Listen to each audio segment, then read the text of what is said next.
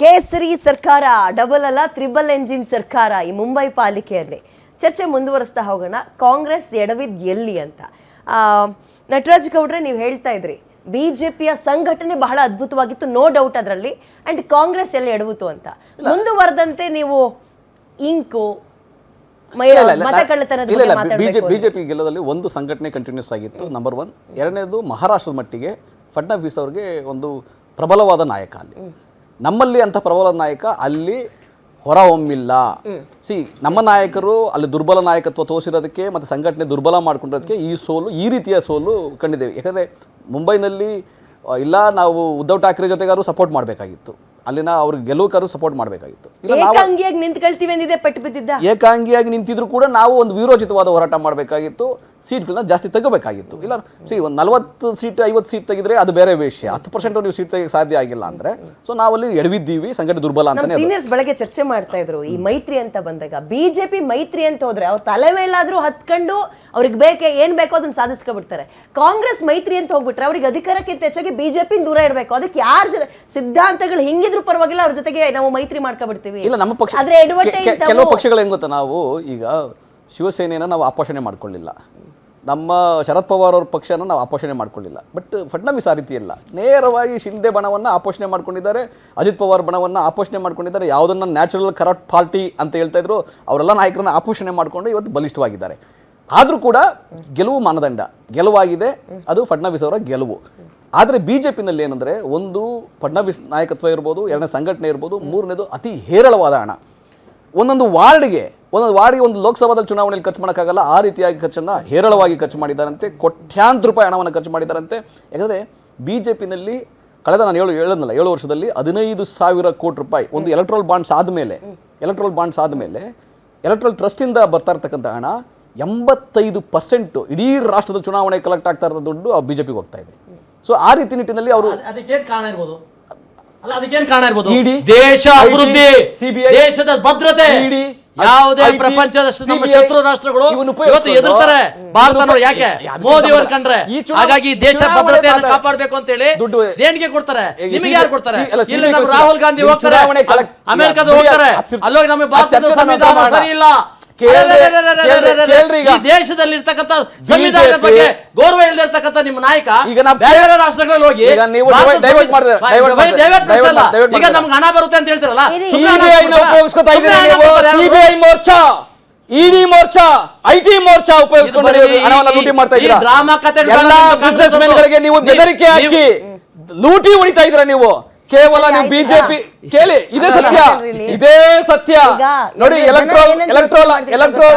Electoral bonds ಅನ್ನು cancel ಮಾಡಿದ್ರು. ಇವ್ರು ಯಾಕೆ ಇಷ್ಟೊಂದು ಇಂಪಾರ್ಟೆನ್ಸ್ ಕೊಡ್ತಾ ಇದ್ದಾರೆ ಅಂತ ಬರುತ್ತೆ. ಈಗ ರಾಜಕೀಯ ಪಕ್ಷಗಳಿಗೆ ಈ ರಿಸಲ್ಟ್ ನಮಗೆ ಏನಾದ್ರೂ ಇಂಪ್ಯಾಕ್ಟ್ ಆಗುತ್ತಾ? ನಮ್ಮ ಪಾಲಿಕೆಗೆ ಏನಾದ್ರೂ ಇಂಪ್ಯಾಕ್ಟ್ ಆಗುತ್ತಾ? ನಮ್ಮ ಪಾಲಿಕೆಗೆ ಅದೇನು ಇಂಪ್ಯಾಕ್ಟ್ ಆಗೋದಿಲ್ಲ.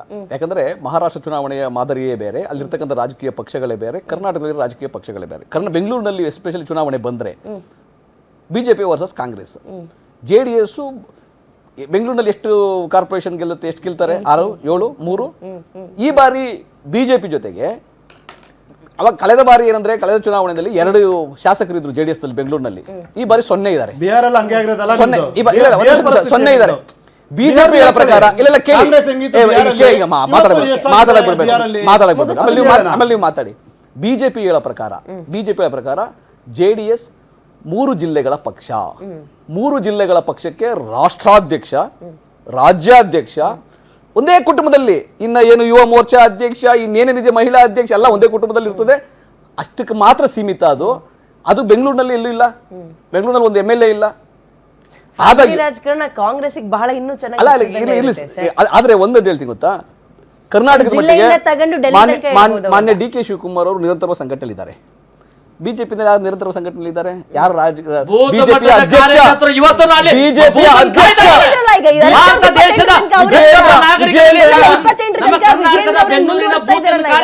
RSS ನೆಮ್ಮದಿಯಾಗಿರಲ್ಲ.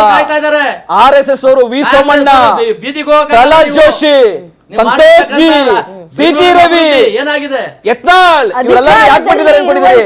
ಕಾಟ ಕೊಡಕ್ಕೆ, ವಿಜಯೇಂದ್ರ ಕಾಟ ಕೊಡಕ್ಕೆ ಚಿನ್ನರಾಮರು ಒಂದ್ ಸೆಕೆಂಡ್ ಬಂದೆ. ಈಗ ಸಂತೋಷ್ ಅವರಾಗಿರ್ಬೋದು, RSS ಆಗಿರ್ಬೋದು, ವಿಜೇಂದ್ರ ಅವ್ರಿಗೆ ನೆಮ್ಮದಿಯಾಗಿರಕ್ ಬಿಡಲ್ಲ ಅಂತ. ಕೆಲ್ಸ ಮಾಡಕ್ ಬಿಡಲ್ಲ. ಶಿವಕುಮಾರ್ ಅವ್ರಿಗೆ ನೀವೆಲ್ಲಿ ನೆಮ್ಮದಿಯಿಂದ ನಿದ್ರೆ ಮಾಡಕ್ ಬಿಡ್ತಾ ಇದೀರಿ? ಏನ್ ಮಾಡ್ತಾರೆ? ಏನ್ ಮಾಡ್ತಾ ಇದೀರಿ ನೀವುಗಳು? ಏನ್ ಮಾಡ್ತಾರೆ? ಯಾಕೆ ಹೋದಲ್ಲಿ ಬಂದಲ್ಲಿ ಕುರ್ಚಿ ಬದಲಾವಣೆ ಅಂತಾರೆ, ಆಗಲ್ವಾ? ಅದು ಮಾತಾಡ್ಲೇಬಾರ್ದು ಯಾರನ್ನು. ಯಾಕೆ? ಅದು ಮಾತಾಡೋದು ಕಾಂಗ್ರೆಸ್ ಕಾರ್ಯಕರ್ತ, ನಿಷ್ಠಾವಂತ ಕಾಂಗ್ರೆಸ್ ಕಾರ್ಯಕರ್ತ ಯಾವನೇ ಆದ್ರೂ ಕೂಡ ಶಾಸಕರುಗಳೇ ಮಾತಾಡ್ತಾರಲ್ಲ, ಆದ್ರೆ ಮಾತಾಡಬಾರ್ದು. ಕಾರ್ಯಕರ್ತರು ಬೇಡ, ಅವ್ರು ಮಾತಾಡಬಾರ್ದು. ಮಾತಾಡ್ತಾರಲ್ಲ, ಕಾಂಗ್ರೆಸ್ ಮಿನಿಸ್ಟ್ರುಗಳು ತಪ್ಪು ಮಾತಾಡ್ತಾರಲ್ಲ. ಮಾತಾಡಬಾರ್ದು. ಯಾಕಂದ್ರೆ ಡಿ.ಕೆ. ಒಮ್ಮೆ ತೀರ್ಮಾನ, ಮುಖ್ಯಮಂತ್ರಿ ತೀರ್ಮಾನ ಆದ್ರೆ ಡಿ.ಕೆ. ಶಿವಕುಮಾರ್ ಏನು ಅವ್ರು ಹೇಳ್ತಾರೆ, ನನಗೆ ಮಾತು ಕೊಟ್ಟಿದ್ದಾರೆ 2 ವರ್ಷ ಆದ್ಮೇಲೆ, 2 ವರ್ಷ ಆದ್ಮೇಲೆ ಜಗದೀಶ್ ಶೆಟ್ಟರ್ಗೆ ಇಷ್ಟು, ಸದಾನಂದ ಗೌಡರಿಗೆ ಇಷ್ಟು, ಈ ತರ ತೀರ್ಮಾನ ಆಗ್ತದ? ಈ ತರ ತೀರ್ಮಾನ ಆಗ್ತದ? ನೀವು ಬಿಜೆಪಿನಲ್ಲಾಗ್ಲಿ, JDS ಅಲ್ಲ, ಕಾಂಗ್ರೆಸ್ ಅಲ್ಲಾಗ್ಲಿ, ಎಲ್ಲಾದ್ರೂ ನಾನು ರಾಷ್ಟ್ರ ಮಟ್ಟದಲ್ಲಿ ನಾನು ಕಳೆದ 20 ವರ್ಷ ವಿಜೇಂದ್ರ ನೋಡಿದ್ದೀನಿ. ಅವ್ರಿಗೆ ನೆಮ್ಮದಿಯಾಗಿರಕ್ ಅವ್ರು ಬಿಡ್ಲಿಲ್ಲ ಅಂದ್ರೆ DK ಶಿವಕುಮಾರ್ ಅವ್ರನ್ನ ನೆಮ್ಮದಿಯಾಗಿ ಮಲಗಕ್ ನೀವು ಬಿಡ್ತಾ ಇಲ್ಲ ಅಂತ. ಹೆಂಗೆ ಈ ತಪ್ಪು ಮಾಹಿತಿ, ತಪ್ಪು ಕಲ್ಪನೆ, ತಪ್ಪು ಹೋಲಿಕೆ. ಯಾಕಂದ್ರೆ ಮೊನ್ನೆ DK ಶಿವಕುಮಾರ್ ಫೇಲ್ ಉಪಮುಖ್ಯಮಂತ್ರಿ, ಪ್ರಾರ್ಥನೆ ಫೇಲ್ ಆಗಲ್ಲ, ಅವ್ರು ವೈಯಕ್ತಿಕವಾಗಿ ಮಾತಿನ ಒಂದು ಬದ್ಧತೆ. ಈ ಒಂದೇನ್ ಗೊತ್ತಾ, ಪಕ್ಷದ ಅಧ್ಯಕ್ಷರವರು DK ಶಿವಕುಮಾರ್ ಅವರು ಹಿಂಗ್ ಕೆರಳ್ತಾರೆ ಅಂದ್ರೆ ಕೇಳಿ, ಅವರು ಉಪಮುಖ್ಯಮಂತ್ರಿ ಇದ್ದಾರೆ, KPCC ಅಧ್ಯಕ್ಷರಿದ್ದಾರೆ, 2 ಪೋರ್ಟ್ಫೋಲಿಯೋ ಒಳ್ಳೆ ಹೌದು ಪವರ್ಫುಲ್ sir, ಇದ್ದಾರೆ, no ಬೆಂಗಳೂರು doubt ಇನ್ಚಾರ್ಜ್ ಇದ್ದಾರೆ. no doubt ಅದ್ರಲ್ಲಿ. ನೋಡಿ, ಮುಖ್ಯಮಂತ್ರಿ ಕುರ್ಚಿ ಕಾಲೇ ಇಲ್ಲ, ಅದು ಚರ್ಚೆ ಆಗೋದು ಇಲ್ಲಲ್ಲ. ಚರ್ಚೆ ಏನಾದ್ರು ಆಗೋದಾದ್ರೆ ರಾಹುಲ್ ಗಾಂಧಿ ಅವರು, ಖರ್ಗೆ ಸಾಹೇಬರು ಇಬ್ರು ತೀರ್ಮಾನ ಮಾಡ್ತಾರೆ.